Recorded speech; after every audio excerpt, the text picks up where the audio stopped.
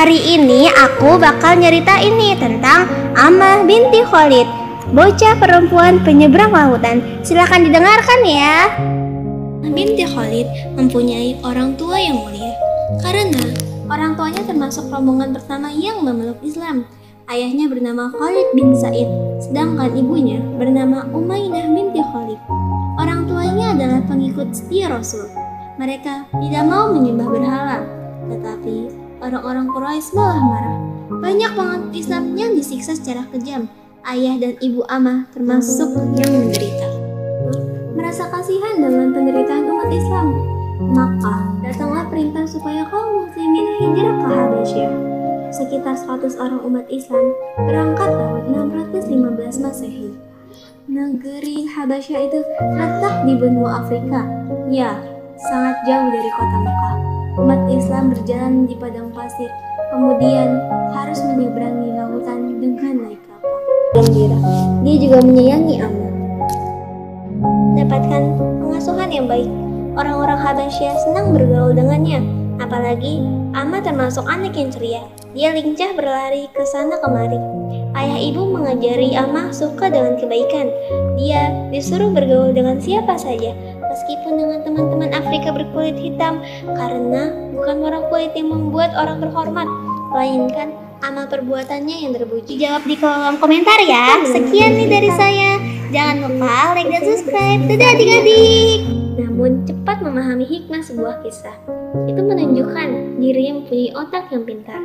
Pada suatu sore, Amah berdiri di pintu. Dia terus memandang kejauhan. Sepertinya ada seorang yang keluar. Ibunya mendekat dan bertanya, "Wahai putriku, apa yang kamu lakukan di sini?" Tersenyum pada ibunya. "Aku menunggu ayah. Aku ingin mendengar cerita darinya. Kenapa ayah belum pulang juga?" Ibunya senang mendengar jawaban sang putri, karena pelajaran mudah dipahami dengan bercerita. Ibunya menjawab, "Sabarlah anakku, sebentar lagi ayah akan pulang dari bekerja." Ayah tentu senang menceritakan pada putrinya yang pintar. Setelah ayahnya pulang, Amah duduk. Dia pun berkata, "Ayah, bagaimana dulu ayah masuk Islam? Ceritakan padaku." Dengan senang hati, Khalid bercerita, "Dulu ayah menyembah berhala, sama seperti yang dilakukan kakekmu. Tapi suatu malam ayah bermimpi ada kebakaran api. Kakekmu mendorong ayah memasuki api itu. Ayah sangat ketakutan dan berteriak, 'Tolong!' Tiba-tiba datang Nabi Muhammad. Beliau menarik ayah hingga selamat dari kobaran api." Pun terperangah. Terus apa yang ayah lakukan? Ayahnya melanjutkan, "Lantas ayah terbangun. Pada esok hari ayah temui Abu Bakar. Dia sangat ahli menafsirkan mimpi. Katanya kakekmu akan membuat ayah masuk neraka karena menyembah berhala, sedangkan Rasulullah membawa ke surga." Khalid sejenak menghela napas. Dia pun meneruskan, "Kemudian ayah menemui Rasulullah dan masuk Islam. Sejak itu ayah tak lagi mimpi buruk."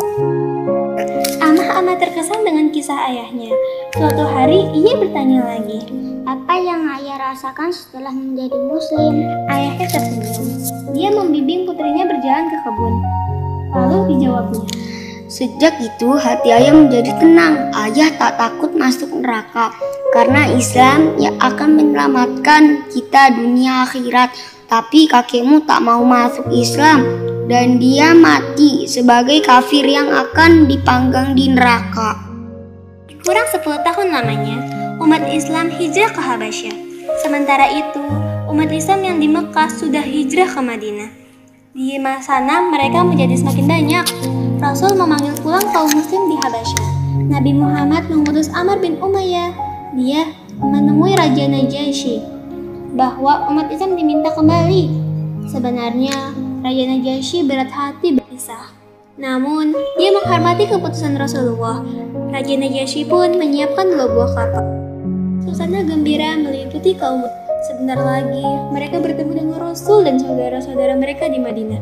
Namun, mereka juga sedih berpisah dengan teman-teman di Habasyah. Mereka sangat baik dan tolongan.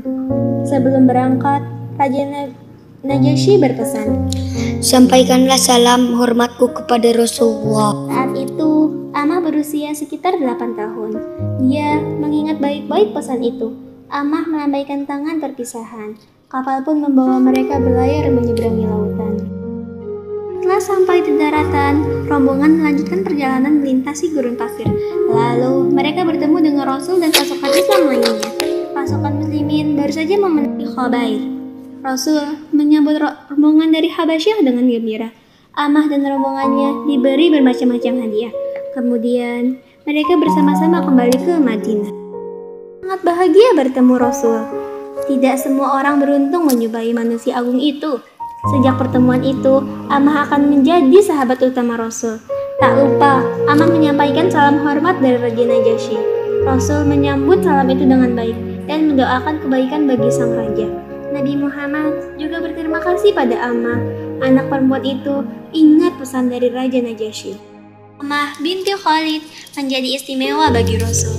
Dia adalah sahabat cilik yang hebat. Amah lahir di perantauan yang jauh dari Habasyah. Pada usia kecil, dia telah menyeberangi lautan, bahkan mempunyai sahabat seorang raja, yaitu Raja Najasyi. Amah anak perempuan yang pintar. Di Madinah, Amah bersama anak-anak yang lain belajar bersama Rasul. Nabi Muhammad dengan keseriusannya menuntut ilmu. Selain itu, Amah banyak belajar dengan ibu dan ayah. Suatu kali, Nabi Muhammad mendapat kiriman kain. Sungguh bagus sekali kain tersebut. Kain itu sutra bergaris-garis merah dengan kuning. Tentu saja sangat nyaman bila dipakai. Rasul bertanya pada orang-orang, "Apakah yang pantas mendapat pakaian ini?" Orang-orang terdiam. Mereka kesulitan memberi jawaban yang tepat. Siapakah orang terhormat yang patut mendapatkannya? Hingga Rasul berkata, "Tolong panggilkan Amah binti Khalid kemari." Hanya Nabi Muhammad menemukan orang yang tepat. Rasul langsung memberikan kain dengan tangannya. Amah menerimanya dengan sukacita. Apalagi Rasul berpesan, "Kenakanlah kain ini hingga lusuh." Mata bening Amah berbinar-binar.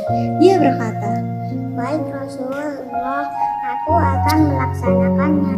"Adik paham maksud pesan Rasulullah? Baiklah, coba simak baik-baik. Perkataan Rasulullah sesungguhnya sebuah doa yang hebat. Kain yang diberikan pada Amah masih baru. Mengapa Amah disuruh memakainya hingga lusuh? Ya, itu adalah doa Rasul, agar Amah panjang umur. Pakaian bisa lusuh karena lama dipakai. Nah, itulah harapan Rasul. Semakin panjang usia Amah, makin banyak pahalanya. Sangat besar manfaatnya bila Amah berumur panjang. Karena itu, dia suka beramal baik." Baju sutra itu sering dikenakan Amah. Dia sangat bahagia punya baju yang bagus. Pakaian Amah menjadi terkenal karena itulah baju yang pemiliknya mendapatkan doa dari Rasul. Adik-adik, jangan pelit memuji temanmu, terutama bila mereka mempunyai sesuatu yang baru. Dia akan senang dihargai, kamu pun mendapat pahala. Beberapa waktu kemudian, Nabi Muhammad wafat. Umat Islam diliputi kesedihan yang mendalam. Amah termasuk yang merasa sangat kehilangan. Karena dia telah menjadi sahabat Rasul sejak kecil. Kesedihan itu tak membuatnya patah semangat.